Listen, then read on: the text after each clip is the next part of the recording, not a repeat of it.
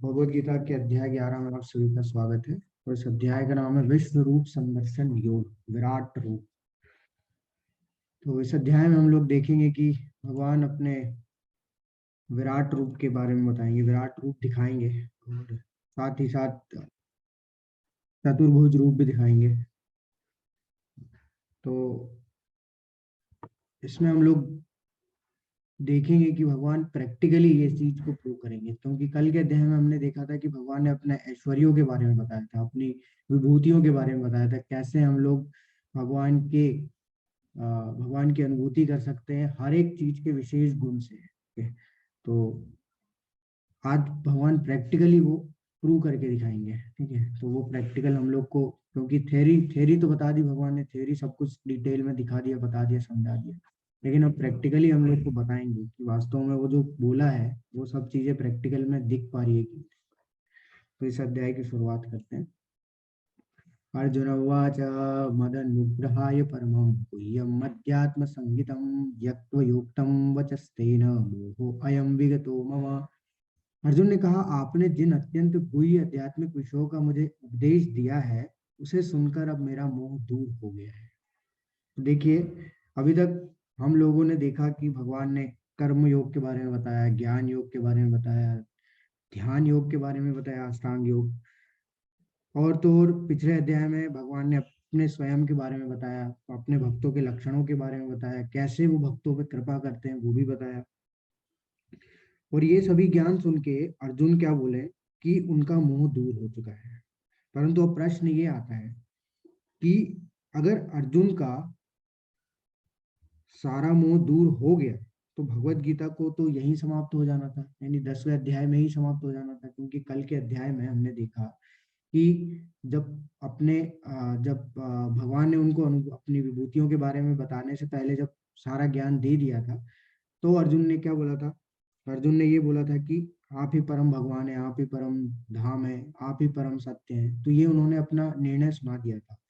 तो देखिए, जब हम लोग भगवत गीता की शुरुआत किए थे तो क्या हुआ था? अर्जुन मोहित हो गए थे। अर्जुन क्या हो गए थे? अर्जुन मोह ग्रसित हो गए थे, क्योंकि वो क्या बोल रहे थे? वो बार बार बोल रहे थे कि मैं ये युद्ध नहीं करूंगा, और इसी के कारण से उन्होंने 5 कारण दिए थे युद्ध नहीं करना।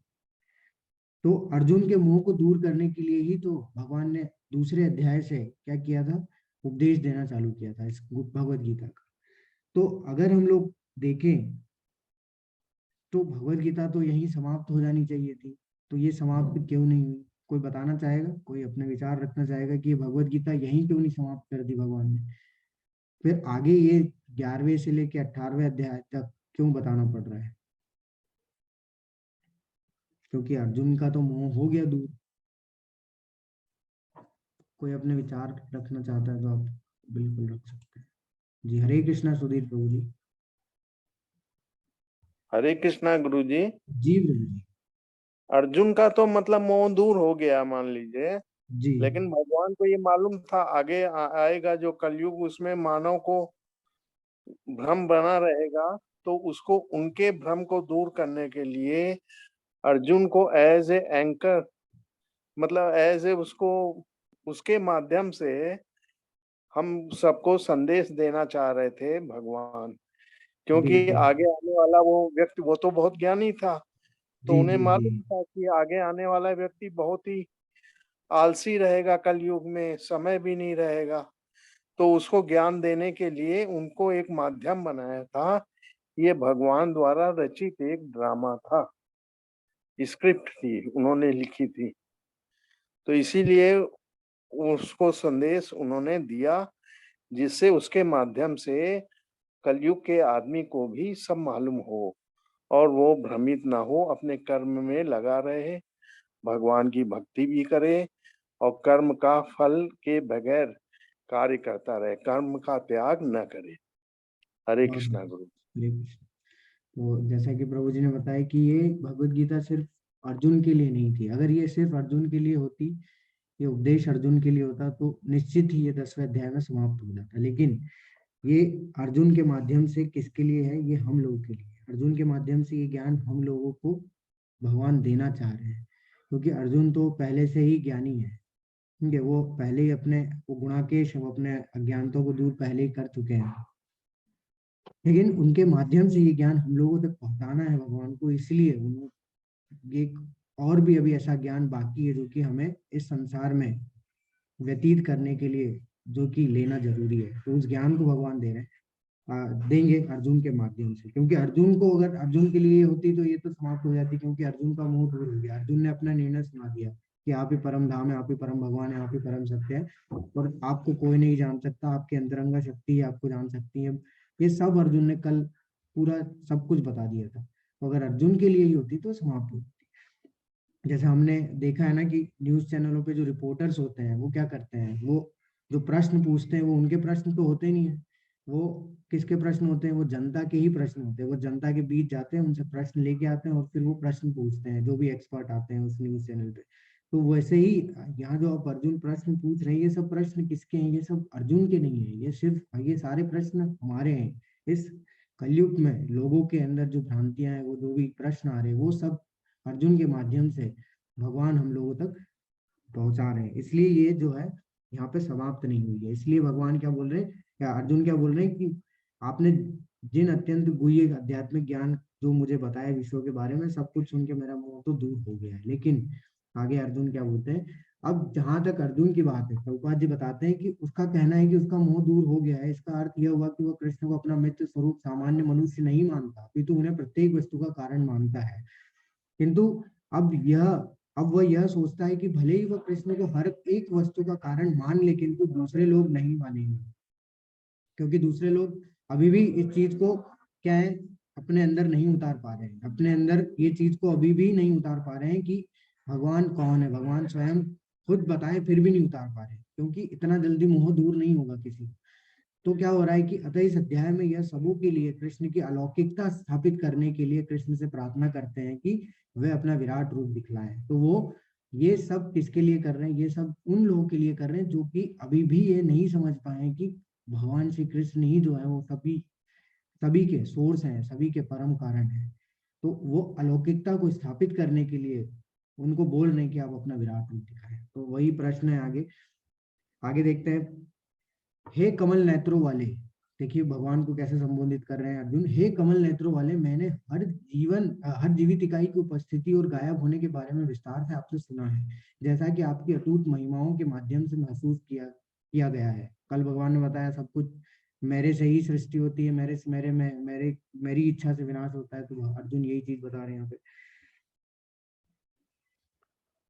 हे पुरुषोत्तम, हे परमेश्वर, यद्यपि आपको मैं अपने समक्ष आपके द्वारा वर्णित आपके वास्तविक रूप में देख रहा हूं, किंतु मैं यह देखने का इच्छुक हूं कि आप इस दृश्य जगत में किस प्रकार प्रविष्ट हुए हैं। मैं आपके उसी रूप का दर्शन करना चाहता हूँ।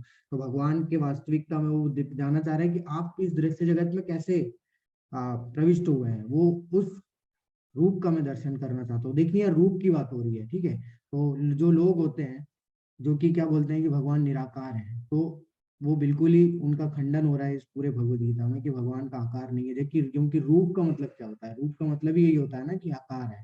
तो भगवान का रूप जो है वो देखना चाह रहे हैं अर्जुन। क्या बोल रहे हैं कि मैं आपके उसी रूप का दर्शन करना चाहता हूँ। और भगवान भी आगे बताएंगे रूप के बारे में।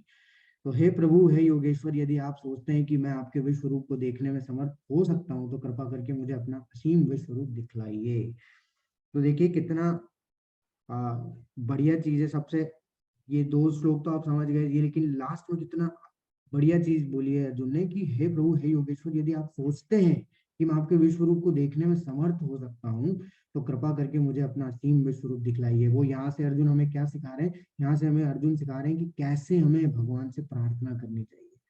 ठीक है, जैसे आपने देखा होगा कई बार जो है वो लोग हैं, सबको अगर बोलेंगे आपकी भगवान ने ये बोला है, भगवान ने वो बोला है, ये कर दिया भगवान ने, ये सब बोला है, तो वो बोलते हैं अगर ये सब बोल रहे हैं भगवान, ये सब इतनी बड़ी बड़ी बातें बता रहे हैं गीता में, तो आप जब इतना अत्याचार हो रहा है संसार में, तो तुम्हारे भगवान प्रकट क्यों नहीं हो रहे हैं? ये सब दुष्ट लोगों को मारने के लिए आ क्यों नहीं रहे हैं? तो वो आते हैं तो क्यों नहीं आ रहे हैं?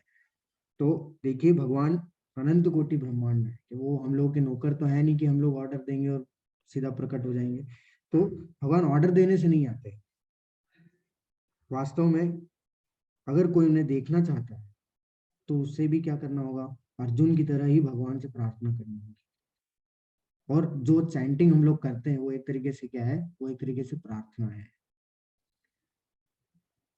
तो इसलिए हमें क्या है, उनसे प्रार्थना करनी चाहिए, ना कि आदेश देना चाहिए कि आप प्रकट हो आप। ठीक है, यही चीज हमें सिखाने की, अगर हम लोग जैसे मंदिर में जाते हैं तो कई बार होता है ना कि हम कैसे भगवान से कुछ मांगे, कैसे हम लोग उनसे प्रार्थना करें। तो वो प्रार्थना ऐसी करनी चाहिए कि अगर हम लोग कुछ बोल भी रहे हैं तो उसके लिए हम बोले कि अगर मैं सक्षम हूँ किसी सेवा के लिए तो कृपया मुझे सेवा दीजिए प्रभु। अगर मैं इस लायक हूँ तो मुझे ये काम दीजिए, अगर मैं उस लायक योग्य हूँ तो मुझे ये दीजिए। ऐसा नहीं जाके बोल रहे हैं कि भगवान मेरे को पैसे दे दो, भगवान मेरा सुख समृद्धि दे दो, ये कुछ नहीं होता है। ये ऑर्डर देना होता है।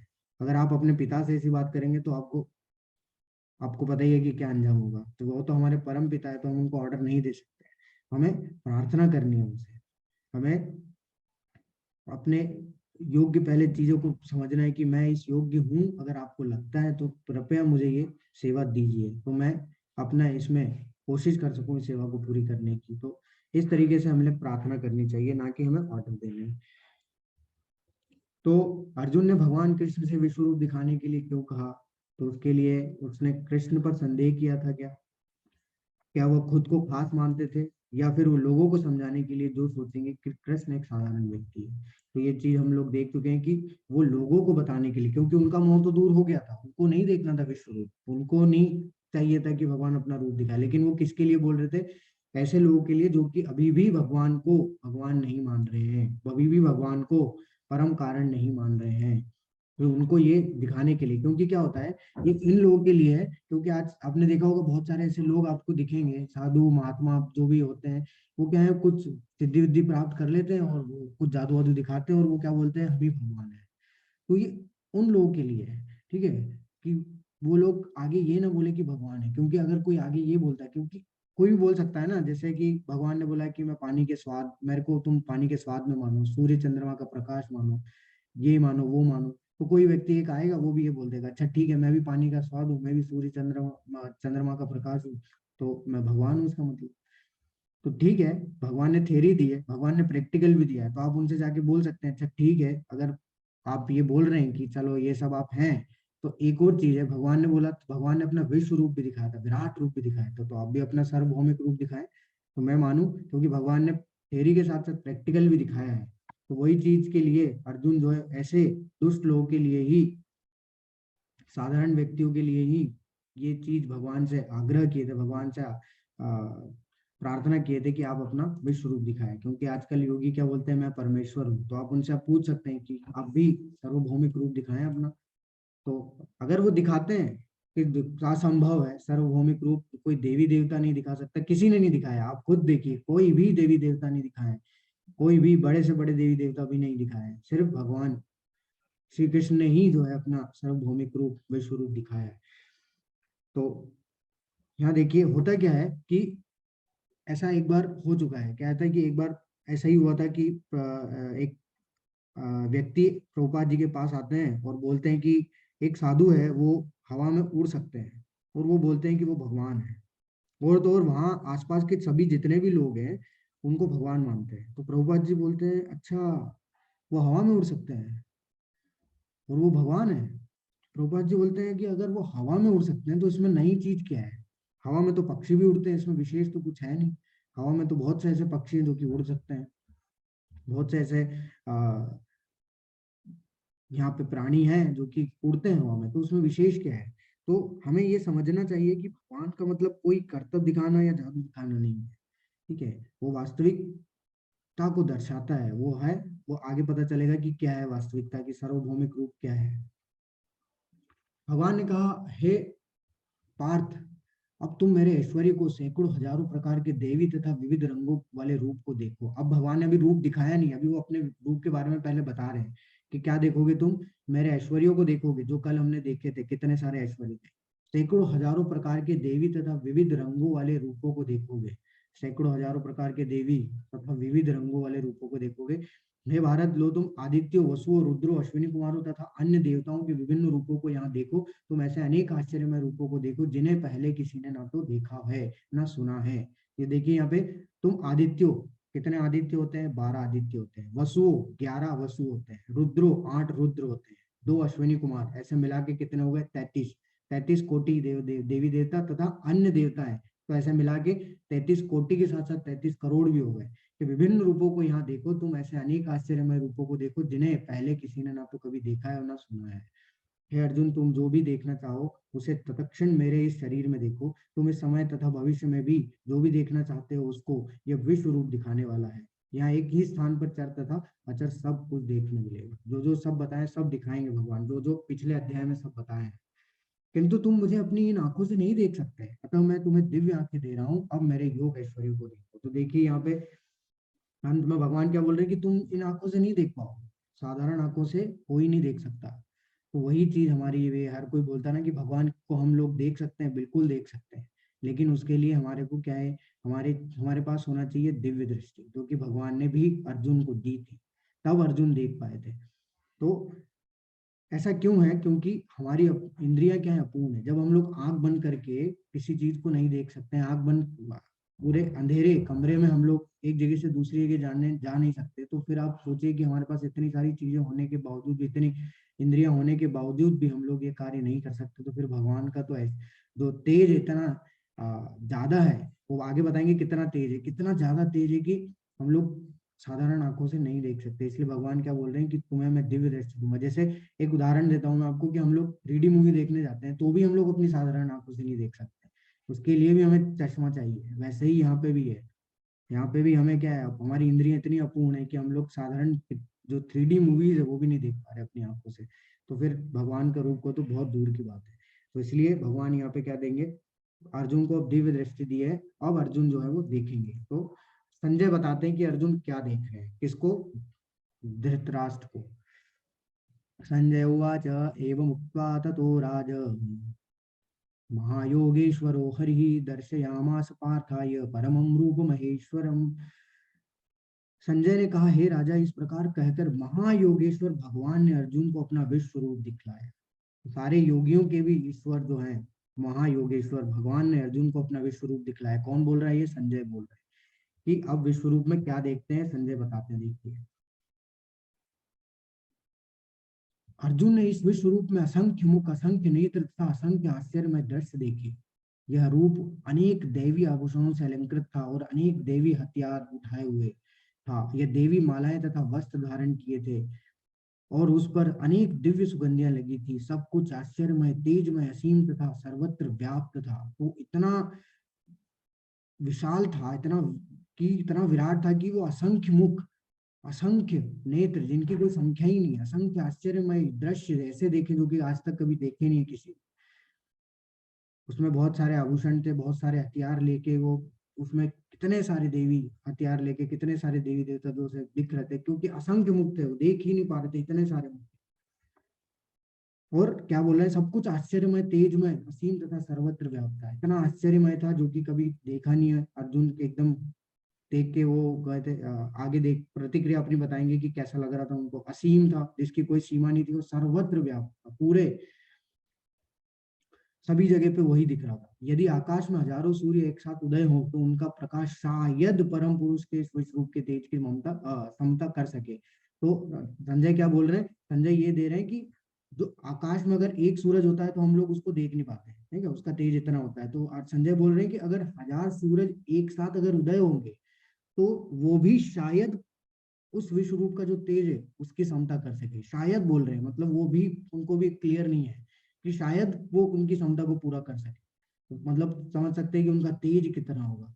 तभी कल भगवान ने बताया था कि पिछले अध्याय में कि मैं क्या करता हूँ, जो मूर्ख लोग मेरे ऐश्वर्य को या फिर मेरे जन्म कर्म को नहीं समझते या मुझे साकार नहीं मानते, मैं उनको क्या करता हूँ, मैं उनके लिए अपनी ही शक्ति से, अपनी ही तेज से क्या है, ढक जाता हूँ। तो वो यही है कि साधारण व्यक्ति भगवान के तेज को ही देखता है, तेज ही दिखता है उसको।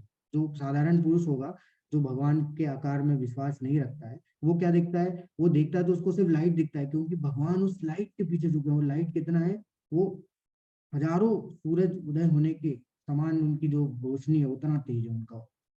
तो इसलिए भगवान क्या करते हैं, अपनी अंतरंगा शक्ति से, इस ब्रह्म ज्योति से आच्छादित हो जाते हैं। इसलिए लोगों को लगता है कि भगवान लाइट है, भगवान का कोई आकार नहीं है, क्योंकि वो आगे तक जाने का प्रयास नहीं करते।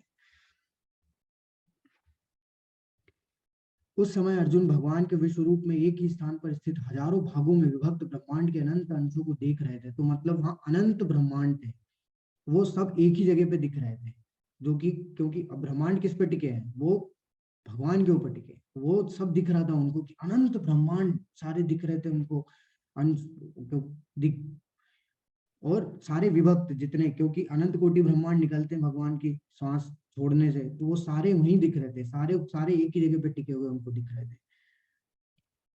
तब मोहग्रस्त एवं आश्चर्यचकित रोमांचित हुए अर्जुन ने प्रणाम करने के लिए मस्तक झुकाया और वह हाथ जोड़कर भगवान से प्रार्थना करने लगे।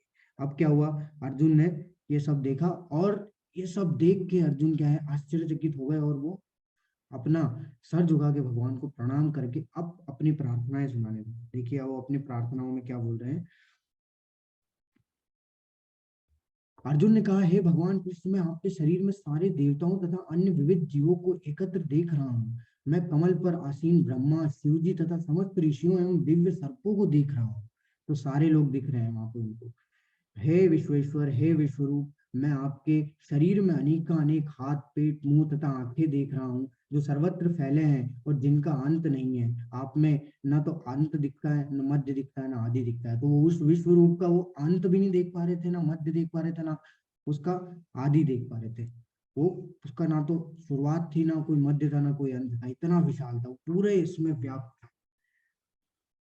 आपके रूप को उसके चकाचौंध के कारण देख पाना कठिन है, इतना तेज था, जैसे भगवान संजय ने बताया, क्योंकि वह प्रज्वलित अग्नि की भांति अथवा सूर्य के अपार प्रकाश की भांति चारों ओर फैल रहा है। देखिए भगवान का जो तेज था, वो क्या कर रहा था, वो भक्त को नहीं जला रहा।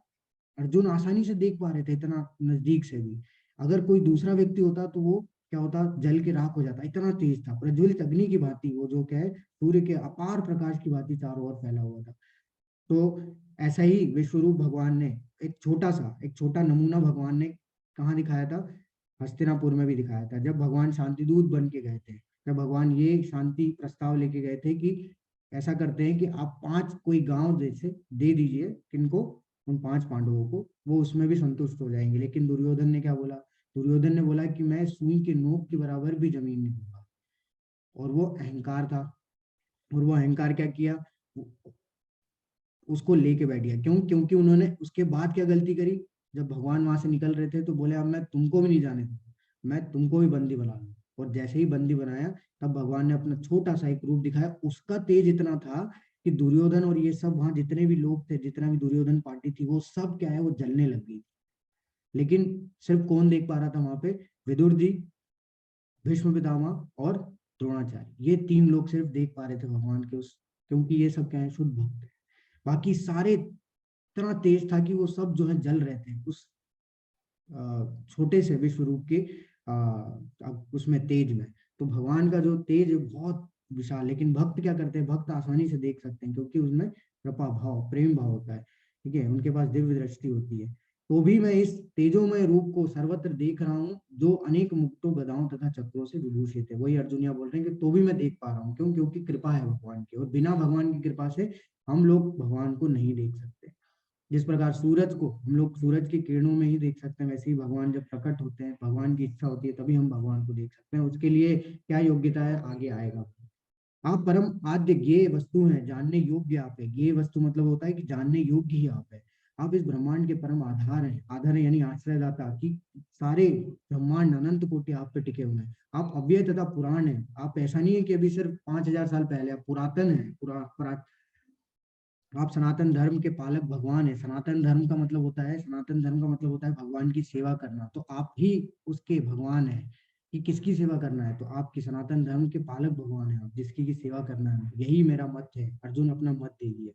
आप यदि मध्य तथा अंत से रहित है, आप आदि मध्य, जैसा अर्जुन पहले भी जो उन्होंने बताया संजय ने, कि उसमें ना तो आदि दिख रहा था, ना मध्य दिख रहा, ना अंत दिख रहा। आपका यश अनंत है। देखिए भगवान का यश अनंत कैसे है, भगवान का यश अनंत है, हम लोग उसको कैसे समझ सकते हैं कि भगवान का यश अनंत ऐसे है, कि आप देखिए जब भगवान कोई भी कार्य करते हैं, उसमें क्या होता है, भगवान का यश बढ़ जाता है। भगवान ने चोरी करी, भगवान का नाम पड़ गया माखन चोर, तो यश बढ़ गया उनका, उनको माखन चोर के नाम से आने। भगवान ने जब रण छोड़ा, तो उनका नाम पड़ गया, उसके नाम पे मंदिर बन गया, रणछोड़ दास। तो भगवान का यश कितना है, कि भगवान जब कोई ऐसा कार्य कर, क्योंकि रण छोड़ना मतलब क्या, कायरता का काम होता है, लेकिन फिर भी भगवान ने छोड़ा और भगवान का यश बढ़ गया। वैसे ही जो नास्तिक लोग होते हैं, जो भगवान से ईर्ष्या करते हैं, वो भी भगवान के बारे में बार बार उनका ही नाम लेते रहते हैं। जैसे कंस था, कंस क्या हुआ, कंस को जैसे ही पता चला कि भगवान जो है कृष्ण जो है उनकी मृत्यु का कारण बनेंगे, वही उनकी मृत्यु करेंगे, मृत्यु के लिए वही उनको जो है वध करेंगे, तो क्या हुआ, बार बार उनको कृष्ण कृष्ण कृष्ण कृष्ण, ये भले ही वो गुस्से में ले रहे थे नाम, लेकिन उनका यश इतना है कि जो नास्तिक लोग हैं, जो उनसे ईर्ष्या करते हैं, वो भी उनका नाम लेते रहते हैं। तो ये है उनका, इसलिए यश उनका अनंत है। आपकी असंख्य भुजाएं हैं और सूर्य चंद्रमा आपकी आंखें हैं, तो वो सूर्य और चंद्रमा किस प्रकार से दिख रहे थे, आंखों की तरह दिख रहे थे। मैं आपके मुख से प्रज्वलित अग्नि निकलते और आपके तेज से संपूर्ण ब्रह्मांड को जलाते हुए देख रहा हूँ। तो इतना, क्योंकि ब्रह्मांड को जलाते हुए देखना, आगे बताएंगे क्या क्या है इसका मतलब। यद्यपि आप एक हैं, किंतु आप आकाश तथा सारे लोकों एवं अनेक बीच के समस्त आकाश में व्याप्त हैं। हे महापुरुष, आपके इस अद्भुत तथा भयानक रूप को देख के सारे लोग भयभीत है, और किसी ने नहीं देखा था, पहली बार सब लोग देख रहे थे, सब भयभीत थे, सारे देवी देवता, क्योंकि युद्ध स्थल में नजरें गड़ाए थे ना, तो अब देवी देवताओं के पास में, राक्षसों के पास में, इनके पास रहती है दृष्टि, क्योंकि तभी ये लोग क्या करते हैं, एक दूसरे से लड़ पाते हैं, तभी ये जो भगवान के पास जाते हैं, क्योंकि ये सिर्फ भगवान के ऐश्वर्य रूप को ही देख पाते हैं। तो सब भयभीत हो रहे थे, देवों का सारा समूह आपकी शरण ले रहा है, आप में प्रवेश कर रहा है। उनमें से कुछ अत्यंत भयभीत होकर हाथ जोड़ के आपकी प्रार्थना कर रहे हैं। जितने भी महर्षि हैं वो तथा सिद्धों के समूह क्या कल्याण हूँ कहकर वैदिक मंत्रों का, वैदिक स्त्रोतों का पाठ करते हुए आपकी स्तुति कर रहे हैं। हे महाबाहु, आपके इस अनेक मुख, नेत्र, बाहु, जांग, पांव, पेट तथा भयानक दांतों वाले विराट रूप को देखकर देवतागण सहित सभी लोग अत्यंत विचलित है, जितने भी लोग थे, क्योंकि अनंत लोग हैं वहां पे, और उन्हीं की तरह मैं भी, अब अर्जुन ने क्या बोला कि मैं भी ये देख के विचलित हो गया हूँ। हे सर्वव्यापी विष्णु, नाना ज्योतिर्मय रंगों से युक्त आपको आकाश का स्पर्श करते, मुख फैलाए तथा बड़ी बड़ी चमकती आंखें निकालते देखकर भय से मेरा मन विचलित है। मैं ना तो धैर्य धारण कर पा रहा हूँ, ना ही अपना मानसिक संतुलन रख पा रहा हूँ। तो अब अर्जुन क्या बोल रहे हैं कि वो सब अपना धैर्य खो चुके हैं, वो अत्यंत विचलित हो गए हैं भगवान का इस ऐश्वर्य रूप देख के। देखिए, भगवान जो जो भक्त होते हैं, भगवान के ऐश्वर्य रूप में बिल्कुल भी उनकी रुचि नहीं होती है। वो भगवान के जो द्विभुज रूप होता है, जिसमें कि भगवान पहले थे, जो श्याम सुंदर रूप था, वो उसमें रुचि रखते हैं, वही उनको आकर्षित करता है। तो भक्त जितने भी हैं, वो कभी भी रुचि नहीं रखते भगवान के ऐश्वर्य रूप को देखने के। और अर्जुन ने पहली बार जब ये रूप देखा, तो अर्जुन इसलिए क्या हो गया, एकदम भयभीत हो गए, वो अपना धैर्य खोने लगे, क्योंकि वो कभी भी भगवान को इस विशाल विराट रूप में नहीं देखे थे। धृतराष्ट्र के सारे पुत्र अपने समस्त सहायकारों सहित तथा भीष्म, द्रोण, कर्ण एवं हमारे प्रमुख योद्धा भी आपके विकराल मुख में प्रवेश कर रहे हैं, और उनमें से तो कुछ के शिरों को तो मैं आपके दांतों के बीच चूर्णित हुआ देख रहा हूँ। देखिए क्या क्या देखा उन्होंने, कि जितने भी यहाँ पे खड़े थे धृतराष्ट्र के सारे पुत्र, और दोनों सेनाओं में से सब क्या कर रहे हैं, दोनों सेनाओं भीष्म, द्रोण, कर्ण, सब क्या कर रहे हैं, सब भगवान के मुख में प्रवेश कर रहे हैं। और कुछ लोगों के तो क्या है, जो मुख है वो उस भगवान के दांतों में, जो विराट रूप का जो स्वरूप था, उसके दांत जो थे उसमें चूर्णित होते देख रहे हैं। तो जिस प्रकार नदियों की अनेक तरंगे समुद्र में प्रवेश करती है, उसी प्रकार ये समस्त महान योद्धा भी आपके प्रज्वलित मुखों में प्रवेश कर रहे हैं। तो ये देखने, ये सब दिख रहा था उनको वहां पे, क्योंकि भगवान क्या है, सभी दिखा रहे थे, भगवान वर्तमान भविष्य भूत सब दिख रहा था उसको। तो देखिए यहाँ पे अर्जुन क्या है, जो ये सब भगवान के विश्व रूप में देखते हैं, तो वो भगवान से क्या है, पूछते हैं कि अभी भगवान से वो पूछते हैं कि भगवान ये कौन सा रूप है आपका, जिसमें कि मैं सबके लोगों के मुंह जो है वो चूर्णित होते देख रहा हूँ, ये सब लोग आपके मुख में प्रवेश हो रहे हैं, ये कौन सा रूप है, ये मैं जानना चाहता हूँ। तब भगवान बताते हैं, भगवान ने कहा, समस्त जगतों के विनाश विनाश करने वाला ये काल हूं मैं। भगवान ने बोला था ना कि 5 विषय में से एक विषय है काल, काल के बारे में बता रहे हैं, भगवान बोल रहे हैं कि समस्त जगतों को विनष्ट करने वाला काल मैं हूँ। मैं यहाँ समस्त लोगों का विनाश करने के लिए आया हूँ। तुम्हारे यानी कि पांडवों के सिवा दोनों पक्षों के सारे योद्धा मारे जाएंगे।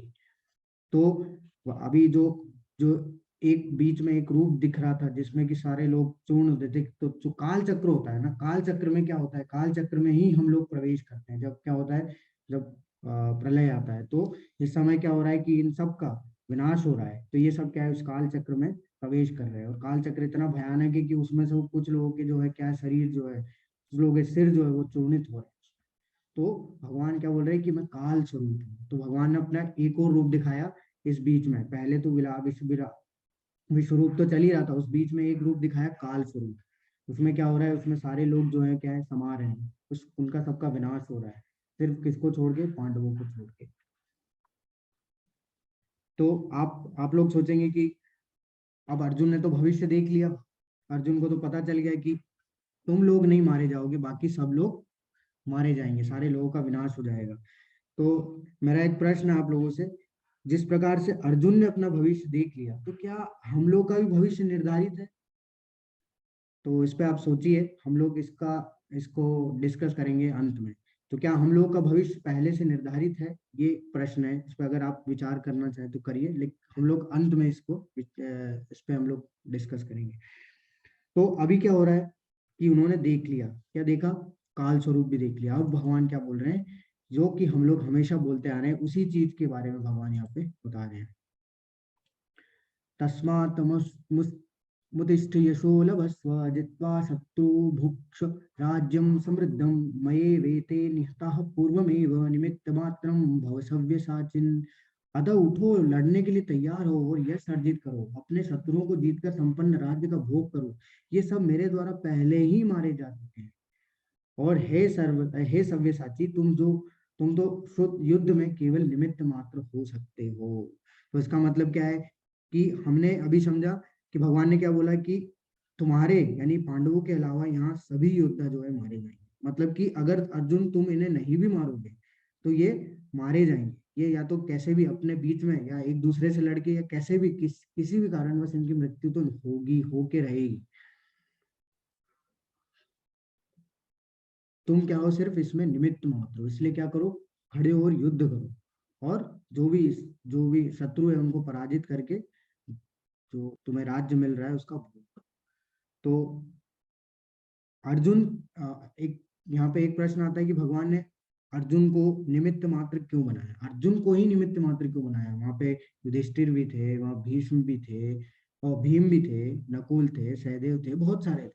वहां फिर अर्जुन को ही निमित्त मात्र क्यों बनाया? तो देखिए, इसको हम लोग समझते हैं कि अर्जुन को निमित्त मात्र इसलिए बनाया क्योंकि भगवान हमेशा क्या चाहते हैं कि अपने भक्त का जो है वो यश बढ़े। ठीक है, और अर्जुन क्या थे, अर्जुन प्रिय भक्त थे, क्योंकि चौथे अध्याय में भगवान ने बताया, भक्तो असी में सखा चेती, तुम मेरे प्रिय भक्त हो, तुम मेरे प्रिय मित्र हो, इसलिए तुम इस ज्ञान को समझ सकते हो। बाकी सब लोग अभी भी नहीं समझ पाएंगे, क्योंकि अर्जुन जो है उनके अंतरंगा जो है सखा है। वो हमेशा जब भी भगवान लीला करने के लिए आते हैं तो अर्जुन भी उनके साथ में एक उस ग्रुप में रहते हैं। तो अर्जुन नर और नारायण जिस तरीके से होता है ना, तो वही है, नर के रूप में अर्जुन होते हैं, नारायण जो है भगवान स्वयं होते हैं। तो जब भी लीलाएं होती है उसमें अर्जुन भी एक हिस्सा होते हैं। तो अर्जुन जो है वो साधारण नहीं है, हमें साधारण नहीं समझना चाहिए। तो इसलिए भगवान क्या है, उनको एक जरिया बनाते हैं अपने कार्य कराने के लिए। तो ऐसा क्यों करते हैं भगवान, कि उससे भगवान क्या है, भगवान चाहते हैं कि वो अपने भक्तों का जो है वो उनके भक्तों का जो है यश बढ़े, जिससे कि जो आने वाले जो सामान्य लोग हैं उसको फॉलो कर सकें। लेकिन भगवान ऐसा चाहते ही क्यों है कि अपने भक्त का यश बढ़े? उसका उत्तर भी हम लोग भगवत गीता में ही है। भगवान ने हमने 9वें अध्याय के 14वें श्लोक में, इस भगवत गीता का जो सेंटर का श्लोक है, जो कि सबसे महत्वपूर्ण चीज बताता है हम लोग को, ज्ञान देता है, उपदेश देता है, क्या, सततम कीर्तयन्तो माम, जो कि हमें क्या बताता है, भक्तों का लक्षण बताता है। तो भक्त का लक्षण, भक्त का स्वभाव कैसा होता है, भक्त हमेशा क्या सोचता है, सततम कीर्तयन्तो माम, कीर्तन करता है, कीर्तन भगवान का नाम लेता रहता है, जिससे कि वो भगवान का यश बढ़े। भक्त का भाव है कि भगवान का यश बढ़े। भक्त का भाव ये होता है, एक शुद्ध भक्त का भाव ये होता है, वो क्या चाहता है कि हमेशा जो उसके इष्ट है, उसके भगवान है, उसका यश बढ़े। तो हमेशा कीर्तन करता रहता है, सतत निरंतर भगवान के कीर्तन में लगा रहता है। और भगवान क्या बोले, भगवान बोले, ये यथा माम प्रपद्यन्ते तांस तदेव भजाम्यहम्, जो जिस भाव से मेरी पूजा करेगा, जो जिस भाव से मेरी भक्ति करेगा, उसके साथ में उसी भाव में अपने प्रेम का आदान प्रदान, अपनी कृपा जो है मैं दूंगा। तो वही चीज है यहाँ पे, कि भक्त चाहता है भगवान का यश बढ़े। भगवान क्या चाहते हैं कि ठीक है, भगवान उसे सेवा के रूप में क्या बनाते हैं, निमित्त मात्र बनाते हैं, जिससे कि उसका यश बढ़े। और उसका यश बढ़े, और जितने भी लोग हैं, जितने भी सामान्य जन है, वो क्या कर सके, उसको फॉलो कर सके। यद यद आचरति श्रेष्ठो तत एव इतरो जन, भगवान बोले कि एकदम श्रेष्ठों के, महापुरुषों की तरह आचरण करो, जिससे कि सामान्य लोग तुम्हारा अनुसरण कर सके और तुम्हारे पद चिन्हों पर चल सके। तो इसलिए भगवान क्या करते हैं, अपने भक्तों को चुनते हैं अपने कार्यों को संपन्न करने के लिए। तो जैसे इसका उदाहरण रामायण में भी है। रामायण में भी अगर राम जी चाहते तो तुरंत जाते लंका में, रावण को मारते और सीता मैया को लेके आ जाते, लेकिन उन्होंने ऐसा नहीं किया। वो अलग अलग जगह गए, उन्होंने सारी वानर सेवा का, वानर सेना का जो है मदद ली, वानर सेना को क्या किया, सेवा करने का मौका दिया, उनको निमित्त बनाया इस चीज के लिए। उसमें सबसे मेन कौन आ गए, हनुमान जी। हनुमान जी को निमित्त बनाया कि वो समुद्र पार करके गए, जिससे उनकी दास से भाव जो है सभी लोगों तक पहुंच पाए। हम लोग तभी जान पाए कि अच्छा हनुमान जी कितने शुद्ध भक्त हैं, कितने शुद्ध भक्त हैं, कि वो कोई भी सेवा में पीछे नहीं हटते भगवान के।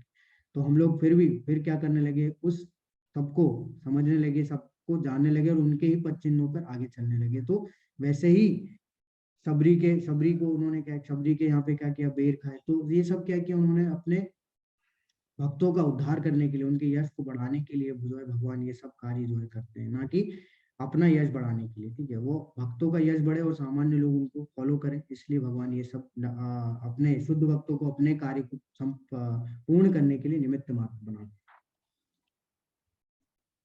द्रोणं च भीष्मं च जयद्रथं च कर्णं यथान्यापि योधवीरान् मया हतांस्त्वं जहिमाव्यधिष्ठा युद्धस्व जेतासि रणे सपत्नान्। द्रोण, भीष्म, जयद्रथ, कर्ण तथा अन्य महान योद्धा पहले ही मेरे द्वारा मारे जा चुके हैं, अतः उनका वध करो और तनिक भी विचलित ना हो। तुम केवल युद्ध करो, युद्ध में तुम अपने शत्रुओं को परास्त करोगे। तो देखिए क्या है, ये कैसे बता रहे हैं भगवान, ये सब चीजें लास्ट में भी प्रूव हुई थी। क्योंकि भगवान क्या है, जब आ, आपने बर्बरिक का नाम सुना है, बर्बरिक कौन थे, बर्बरिक जो है घटोत्कच के पुत्र थे। घटोत्कच जो है वो भीम के पुत्र थे। और बर्बरिक का क्या था, बर्बरिक ने अपनी माँ को वचन दिया था कि मैं क्या करूंगा, वो इतने शक्तिशाली थे कि वो चाहते तो वो दोनों पक्षों को हरा सकते थे, बर्बरिक। तो उनका उनका वचन था किसको, माँ को, कि मैं उस पक्ष से लड़ूंगा जो पक्ष का जो है पाला, जो कमजोर पक्ष हो जाएगा वो। तो मान लो अगर कभी पांडव कमजोर हो गए तो पांडवों की तरफ से लड़ूंगा, अगर कौरव कमजोर हो गए तो कौरवों की तरफ से लड़ूंगा। तो अगर ऐसा चलता रहा तो आप देखिए कि अंत में सिर्फ बर्बरिक बचेगा, क्योंकि वो तो इतना शक्तिशाली, वो सबको मार देगा। तो भगवान ने क्या किया, भगवान उनके पास गए, तो भगवान ने ऐसा बोला कि ठीक है, देखिए आपके पिता जो है, आपके दादा दोनों ही जो है हमारे साथ में है, मतलब पांडवों के साथ में, तो तुम भी इधर से लड़ो। बोले नहीं, मैं अपना वचन नहीं तोड़ूंगा। तो अब देखिए, भगवान की बात को नकारना मतलब कि क्या है, बहुत गलत है ये। भगवान की बात को, क्योंकि भगवान सबके हित में ही सोचते हैं, किसी के लिए बुरा नहीं सोचते हैं। अब वो सबको ऐसा लगता है कि मेरा वचन भगवान से ज्यादा सर्वश्रेष्ठ है, बिल्कुल गलत है। तो भगवान की बात को नकारा। भगवान ने बोला, तो बर्बरिक ने बोला कि ये चीज मैं नहीं करूंगा, अपने वचन को तो नहीं तोड़ूंगा, लेकिन इसके अलावा जो चाहोगे मैं देने के लिए तैयार हूँ। ठीक है, तो उन्होंने क्या किया कि ठीक है, अगर तुम ऐसा करो तो अपना सिर काट के दे दो। तो बर्बरिक ने अपना सिर काट के दे दिया। तो बर्बरिक ने एक इच्छा जाहिर की कि भगवान मेरे को इस युद्ध को देखना है। तो क्या किया, बर्बरिक को भी दिव्य दृष्टि दी और एक पहाड़ पे जाके उसको रख दिया। तो वो एक एक चीज को उस पूरे कुरुक्षेत्र में देख रहे थे। और इवन वो देख नहीं रहे थे, वो दो दो लोगों के बीच में क्या बातचीत हो रही थी वो भी सुन पा रहे थे, इतना उनको जो है शक्ति प्रदान की थी भगवान ने। तो जब अंत हुआ, युद्ध समाप्त हुआ, जब पांडवों की विजय हुई, तो पांडवों ने और सब सारे लोग गए बर्बरिक के पास में ये पूछने के लिए कि चलो पता करें कि किसने सबसे ज्यादा योद्धाओं को मारा है, कौन हीरो है इन सब। तो वो जब गए तो बर्बरिक से जब पूछा गया तो बर्बरिक ने बोला कि इसमें सिर्फ मैं देख रहा था कि भगवान का जो सुदर्शन चक्र है वो चल रहा था, और उसके सुदर्शन चक्र के नीचे जितने भी लोग थे वो सब तलवार चला रहे थे, बाकी सब कटते जा रहे थे उसी से। और सबको क्या लग रहा था कि उस तलवार की वजह से वो मर रहे हैं, तो वास्तव में कौन मार रहा था, भगवान मारे। इसलिए भगवान क्या बोल रहे हैं कि ये सब मेरे द्वारा मारे जा चुके हैं। तो इसमें तुम सिर्फ निमित्त मात्र हो, इसलिए क्या करो, युद्ध करो और शत्रुओं को परास्त करो। संजय ने धृतराष्ट्र कहा, हे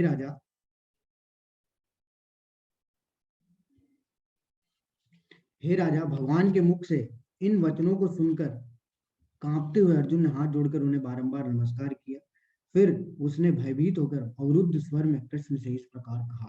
तो अब धृतराष्ट्र को क्या बता रहे हैं संजय कि ये ऐश्वर्य रूप देख के अर्जुन एकदम भयभीत हो गए, धैर्य खो गए, कांपने लग गए और फिर भगवान से बोलने लगे। क्या बोले? अर्जुन ने कहा, हे ऋषिकेश, आपके नाम के श्रवण से संसार हर्षित होता है। तो भगवान के नाम से, जो कि हम लोग बोल रहे हैं इस कलयुग में, यही बोला गया है कि भगवान के नाम से ही लोग हर्षित होते हैं। सभी लोग आपके प्रति अनुरक्त होते हैं। यद्यपि सिद्ध पुरुष आपको नमस्कार करते हैं, किंतु असुरगण भयभीत है और इधर उधर भाग रहे हैं, जो कि होना चाहिए। यह ठीक ही हुआ है। तो वही बोल रहे हैं अर्जुन, हे महात्मा आप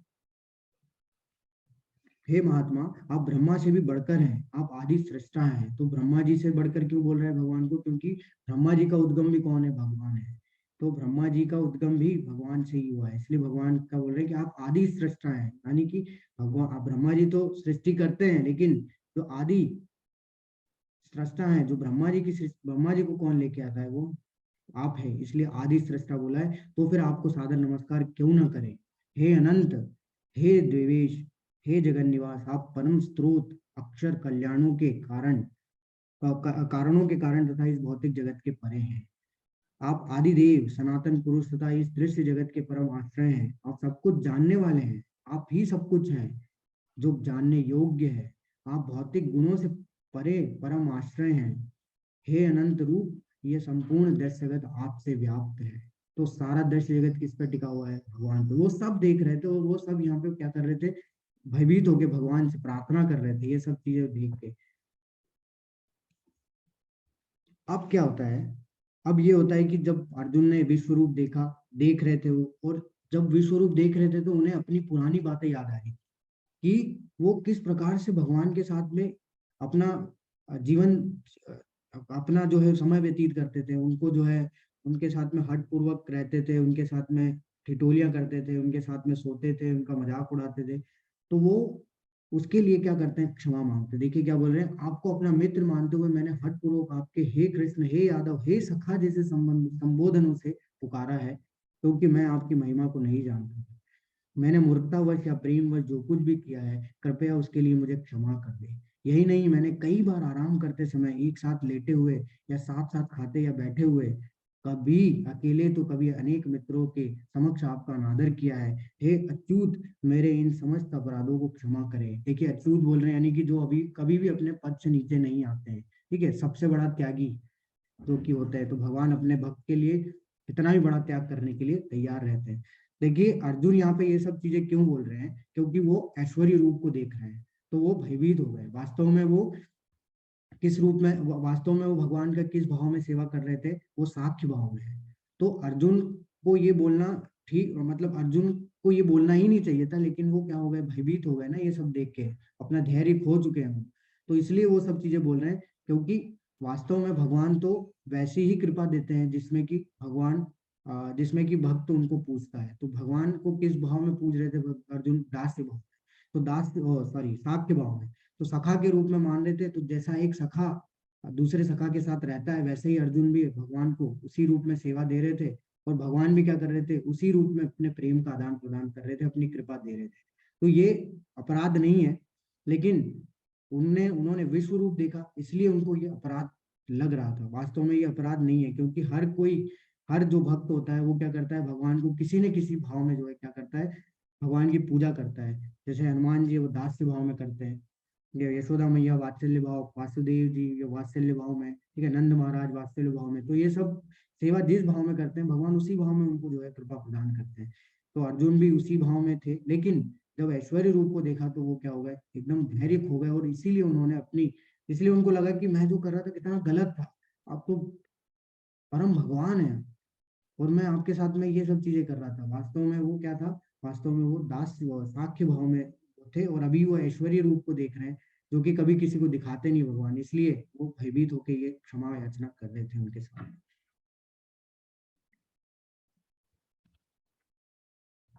पहले कभी न देखे गए आपके विराट रूप का दर्शन करके मैं पुलकित हो रहा हूँ, किंतु साथ ही मेरा मन भयभीत हो रहा है। अतः आप मुझ पर कृपा करें, और हे देवेश, हे जगन निवास, अपना पुरुषोत्तम भगवत स्वरूप पुनः दिखाएं। तो अभी क्या बोल रहे हैं अर्जुन कि अब मैंने कभी नहीं देखा था ये पहले, तो मैं बहुत हो चुका हूँ मैं, मतलब पूरा फुल मैं मुझे सेटिस्फेक्शन हो गया है, किंतु साथ ही मेरा मन अब भयभीत हो रहा है। मैं इस रूप को, क्योंकि मैंने जैसे बताया कि भक्त कभी भी ऐश्वर्य रूप को कभी नहीं देखना चाहते, वो उनकी इच्छा नहीं करते ऐश्वर्य रूप की। अतः आप मुझ पर कृपा करें और हे देवेश, हे जगन्निवास, अपना पुरुषोत्तम भगवत स्वरूप पुनः दिखाएं, यानी कि जिस रूप में थे आप वही रूप मुझे फिर से दिखाएं। हे विराट रूप, हे सहस्त्रभुज भगवान, मैं आपके मुकुटधारी चतुर्भुज रूप का दर्शन करना चाहता हूँ, जिसमें आप अपने चारों हाथों में शंख चक्र गदा तथा पद्म धारण किए हुए हो। मैं उसी रूप को देखने की इच्छा करता हूँ। तो अभी क्या कर रहे हैं अर्जुन, उस पुरुषोत्तम भगवत रूप को देखने से पहले क्या चाह रहे हैं कि आप एक काम करिए, आप मुझे पहले चतुर्भुज रूप भी दिखाइए, मेरी इच्छा वो भी है। आप कृपया करके अगर प्रार्थना कर रहे हैं कि आप वो भी मुझे एक बार दिखाइए, जिसमें आप शंख चक्र गदा और पद्म धारण किए हैं। तो भगवान अपना चतुर्भुज रूप दिखाते हैं। हे कुरुश्रेष्ठ, भगवान बोल रहे हैं, तुमसे पूर्व मेरे इस विश्व रूप को किसी ने नहीं देखा, क्योंकि मैं न तो वेदाध्ययन के द्वारा, न यज्ञ दान पुण्य या कठिन तपस्या के द्वारा इस रूप में, इस संसार में देखा जा सकता हूँ। भगवान ने इसकी पुष्टि कर दी कि तुम कितने भी वेदों को पढ़ लो, तुम कितने भी यज्ञ कर लो, तुम कितने भी दान दे लो, तुम कितने भी पुण्य कर्म कर लो और कितनी भी कठोर से कठोर तपस्या कर लो, मैं कभी भी उनको नहीं दिखूंगा। इस संसार में कभी भी इस तरीके से अगर कोई कार्य करेगा तो मैं उनको नहीं दिखूंगा। लोग बोलते हैं ना कि वेदों में पढ़ना, वेदों में ये लिखा है, वेदों को ये पढ़ो, वेदों को पढ़ने से भगवान बोल रहे हैं कि तुम देख ही नहीं सकते, क्योंकि वेदों को जानने योग्य मैं हूँ। अगर इस भाव से तुम पढ़ते हो तो बात अलग है, क्योंकि कोई पढ़ता ही नहीं इस भाव से। सब कर्म कांड वाला जो हिस्सा है वेदों का पढ़ लेते हैं, और ज्ञान कांड वाला हिस्सा जो है वो छोड़ देते हैं, जो कि वास्तविकता है। तो इसलिए क्या है, सब लोग इसलिए भगवान इसकी पुष्टि कर रहे हैं कि इस विश्व रूप को पहले किसी ने नहीं देखा है, जो कि मैंने अभी तुमको दिखाया है, ठीक है, और इसको कोई भी देख भी नहीं सकता आगे संसार में। तुम मेरे भयानक रूप को देखकर अत्यंत विचलित एवं मोहित हो गए हो, अब इसे मैं समाप्त करता हूँ। अब भगवान वो उसको समाप्त कर रहे हैं। हे मेरे भक्त, तुम समस्त चिंताओं से पुनः मुक्त हो जाओ, तुम शांत चित्त से अब अपना इच्छित रूप देख सकते हो। तो भगवान अपना कौन सा रूप दिखाते हैं, नारायण। ये नारायण रूप है, जिसमें कि वो क्या है, शंख चक्र गदा और पद्म लिए रहते हैं। तो शंख और चक्र जो गदा और चक्र हैं, वो किसको दर्शाते हैं, गदा और चक्र क्या करते हैं, जो दुष्ट लोग हैं, जो पापी लोग हैं, ये जो असुर लोग हैं, उनको जो है सही मार्ग पे लाने के लिए है ये चिन्ह, ये दर्शाते हैं। जो पद्म है वो कृपा देने के लिए भक्तों को, यानी कि कमल का फूल, और जो शंख है वो ज्ञान देने के लिए। तो ये चारों का जो है चिन्ह का मतलब होता है, इसलिए ये भगवान लेके अपने क्या करते हैं, भक्तों का उद्धार, यानी लोगों का उद्धार करने के लिए ये आते हैं। संजय ने धृतराज से कहा, अर्जुन से इस प्रकार कहने के बाद भगवान कृष्ण ने अपना असली चतुर्भुज रूप प्रकट किया और अंत में दो भुजाओं वाला रूप प्रदर्शित करके भयभीत अर्जुन को धैर्य बताया। तो अर्जुन का जो सबसे प्रिय जो सभी मतलब सारे भक्तों का जो सबसे प्रिय रूप था, वो कौन सा रूप था, वो था श्याम सुंदर रूप, जिसमें कि भगवान पहले थे, ठीक है। तो वो रूप फिर से भगवान ने चतुर्भुज रूप के बाद में प्रकट किया, जिससे कि अर्जुन जो है वो क्या हो गए, सारे धैर्य धैर्य जो खो चुके थे वो वापस जो है आ गया, और वो शांत हो गए, वो प्रसन्नचित हो गए। जब अर्जुन ने कृष्ण को उनके आदि रूप में देखा तो कहा, हे जनार्दन, आपके इस अति सुंदर मानवीय रूप को देखकर मैं अब स्थिर चित हूँ, और मैंने अपनी प्राकृत अवस्था प्राप्त कर ली है। तो देखिए, जो भगवान का श्याम सुंदर रूप है, ठीक है, वो क्या है, उसके बारे में भगवान क्या बता रहे हैं अब। अभी तक जो रूप दिखाया भगवान ने अंत में, कौन सा रूप था, जो पहले ही था, जो जिस रूप में पहले थे, यानी श्याम सुंदर रूप में। उसके बारे में भगवान क्या बता रहे हैं कि अर्जुन, तुम मेरे जिस रूप को इस समय देख रहे हो, जो द्विभुज रूप को, श्याम सुंदर रूप को जो देख रहे हो, उसे देख पाना अत्यंत दुष्कर है। यहाँ तक कि देवता भी इस अत्यंत प्रिय रूप को देखने की ताक में रहते हैं। तो देखिए, जो श्याम सुंदर रूप है वो अत्यंत आकर्षित है और बहुत ही ज्यादा सुंदर। तो उसके बारे में भगवान यहाँ पे ये बता रहे हैं कि ये जो है देख पाना बहुत दुष्कर है। ये देवी देवता भी जो है इतना इस अत्यंत सुंदर रूप को देखने के लिए हमेशा ताक में रहते हैं। तो इसके पीछे जैसे उदाहरण है कि जैसे शिव जी है, शिव जैसे जन्म हुआ था, भगवान जब जन्म लिए थे तो क्या हुआ था, शिव जी देखने के लिए आए थे, लेकिन यशोदा मैया क्या है, यशोदा मैया ने उनको देखने नहीं दिया था, कल जैसे मैंने बताया था। तो सब देवी देवता भी जो है क्या करते हैं, उस ताक में रहते हैं, किसके लिए, उस दिव्य रूप को देखने के लिए, इस श्याम सुंदर रूप को देखने के लिए। तो देवता क्या है, जितने भी देवी देवता है ना, वो सिर्फ ऐश्वर्य रूप को ही देख सकते हैं। ठीक है, जो ऐश्वर्य रूप कौन सा रूप होता है, जो नारायण जी का जो चतुर्भुज रूप होता है, वो ही देख पाते हैं। ठीक है, भगवान अपने वास्तविक रूप में सिर्फ अपने धाम में ही रहते हैं और वहीं पे लीलाएं करते हैं। लेकिन फिर वो कौन लोग हैं जो कि भगवान के श्याम सुंदर रूप को देख सकते हैं, उसके बारे में भगवान आगे बताएंगे कि कौन ऐसे लोग हैं, तो भाग्यशाली लोग जो कि भगवान के श्याम सुंदर रूप के दर्शन कर सकते हैं। भक्त्या तव अनन्या शक्य अहमेवं विदो अर्जुन ज्ञातुम द्रष्टुम च तत्वेन प्रवेष्टुम च परंतप।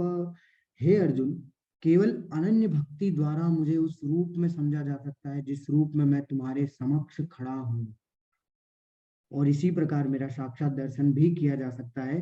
केवल इसी विधि से तुम मेरे ज्ञान के रहस्य को पा सकते हो। वो विधि क्या है? अनन्य भक्ति। यहाँ भगवान इसकी पुष्टि कर रहे हैं। भगवान अपने जो श्याम सुंदर रूप है उसका महिमा मंडन कर रहे हैं कि कौन देख सकता है इस रूप को।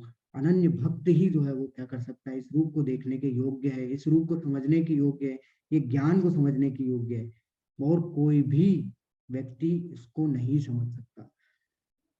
तो भगवान इसकी पुष्टि यहाँ पे कर दिए कि कौन देख सकता है। हम लोग को लगता है कि किसी को भी कोई भी व्यक्ति जो है जाके भगवान को देख लेगा, लेकिन असंभव है। भगवान को देखने के लिए एक योग्यता चाहिए, वो है भक्ति।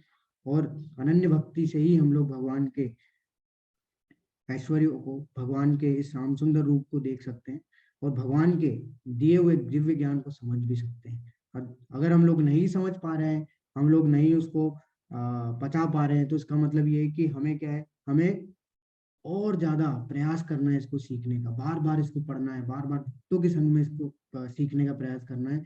तब जाके हमारे अंदर क्या है, थोड़ा बहुत जो भी भक्ति जागृत होगा उससे हम लोग प्रयास कर पाएंगे। क्योंकि अभी तो हम लोग इसको पचा ही नहीं पा रहे हैं कि भगवान स्वयं ये सब चीजें बोल रहे हैं, हम लोग उसको डाइजेस्ट नहीं कर पा रहे हैं। तो ये चीजें जिस जिस किसी को भी डाइजेस्ट नहीं हो पा रही, जिस को भी पच नहीं पा रही है, इसका मतलब ये है कि अभी भी उसके लिए और उसको प्रयास करने का जरूरत है, इस चीज को समझने का। तभी जाके वो क्या कर पाएगा, अपने अंदर जो है भक्ति लता बीज जो है वो जागृत कर पाएगा। तभी हमारे अंदर जो भक्ति का जो बीज जागृत हो पाएगा, तभी हम लोग इसको, जो भगवान की बोली हुई बातें उसको, उसमें हम लोग डाउट नहीं करेंगे, संशय नहीं करेंगे।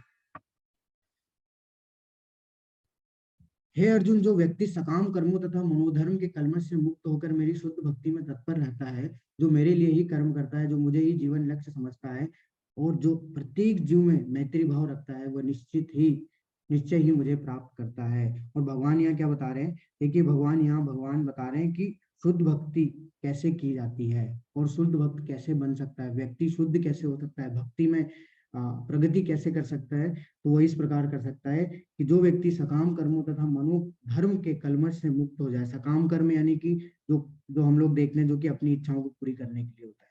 मनोधर्म के कलमश यानी कि खुद से ज्ञान लेना, ठीक है, मेंटल स्पेकुलेशन से ज्ञान अर्जित करना, उससे मुक्त होना है। मेरी शुद्ध भक्ति में तत्पर होना है, जो मेरे लिए ही कर्म करता है, यानी कि कर्म योग, जो कि किसके लिए अकर्म कर रहा है, मतलब ठीक है, जो मुझे ही जीवन लक्ष्य समझता है, और जो प्रत्येक जीव में मैत्री भाव रखता है, यानी कि किसी से ईर्ष्या, किसी से द्वेष नहीं, सब कुछ सबके साथ में समभाव रहेगा, वह निश्चित ही मुझे प्राप्त करेगा। तो ये भगवान ने क्या किया, भगवान ने एक शुद्ध भक्त के लक्षण बता दिए कि एक शुद्ध भक्त कैसा होता है।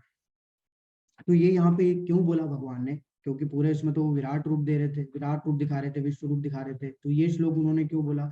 ये श्लोक उन्होंने इसलिए बोला क्योंकि कल का जो अध्याय है उसका नाम ही भक्ति योग है। तो कल भक्ति योग के बारे में भगवान बहुत ज्यादा विस्तार से बताएंगे, इसलिए भगवान एक फाउंडेशन, एक बेस बनाने के लिए ये बता दिए कि एक भक्त कैसा होता है, एक भक्त के लक्षण कैसे होते हैं, शुद्ध भक्त के। तो कल बताएंगे हम लोग को अलग अलग उदाहरण के साथ में कि कौन कैसा भक्त होना चाहिए, उसके लक्षण कैसे होने चाहिए, और कैसी भक्ति हमका वास्तव में भक्ति कैसे की जाएगी, कैसे करनी चाहिए। कल हम लोग को भगवान विस्तार से 12वें अध्याय में बताएंगे। तो भगवान कृष्ण के प्रति अगर अविभाजित भक्ति सेवा हमें शुरू करनी है तो कैसे कर सकते हैं हम लोग? सीधा चैंटिंग से, हरे कृष्ण कृष्ण कृष्ण हरे हरे, हरे राम राम राम हरे हरे। तो हम लोग चैंटिंग अगर करेंगे तो एक तरीके से वो भगवान की सेवा है। हम एक तरीके से भगवान से रोज प्रार्थना करते हैं कि हम जो है इस भक्ति मार्ग में प्रगति कर पाए और हमें कैसे भी करके जो है आपकी सेवा करने का मौका मिल सके, जिससे कि हम लोग इस पूरे भव बंधन से मुक्त होने के योग्य बन सके।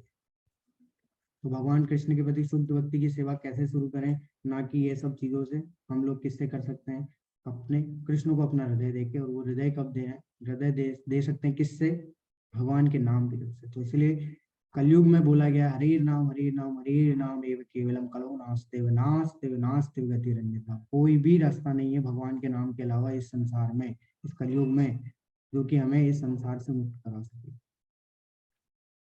तो आज के हमने अध्याय में देखा कि सबसे पहले अर्जुन ने भगवान से प्रार्थना की कि आप अपना विश्व रूप दिखाइए। फिर भगवान ने अपना विश्व रूप दिखाया, उसका वर्णन किया। फिर संजय ने भगवान के विश्व रूप का वर्णन किया। फिर अर्जुन ने अपने अनुभव बताए विश्व रूप को देखने के बाद। फिर भगवान ने अपना काल स्वरूप दिखाया। उसके बाद फिर भगवान की प्रार्थनाएं की अर्जुन ने। उसके बाद अंत में भगवान ने बताया कि शुद्ध भक्ति की क्यों जरूरत है।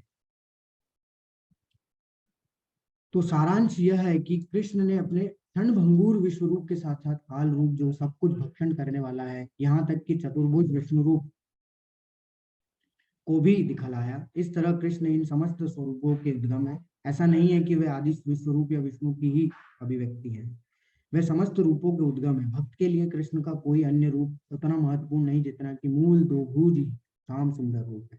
ब्रह्म संहिता में कहा गया है, ब्रह्मा जी बोलते हैं कि जो प्रेम या भक्तिभाव से कृष्ण के श्याम सुंदर रूप के प्रति आसक्त हैं, वे सदैव उन्हें अपने हृदय में देख सकते हैं और कुछ भी नहीं देख सकते। अतः मनुष्य को समझ लेना चाहिए कि इस 11वें अध्याय का तात्पर्य यह है कि कृष्ण का रूप ही सर्वोपरि है एवं परम सार है। तो अभी जिसको क्लियर नहीं हुआ होगा वो इस अध्याय के बाद, मुझे लगता है कि शायद क्लियर हो जाना चाहिए, क्योंकि अभी स्वयं भगवान ये सब चीजें यहाँ पे डिटेल में बताती है। तो हमारा ये अध्याय यही समाप्त होता है।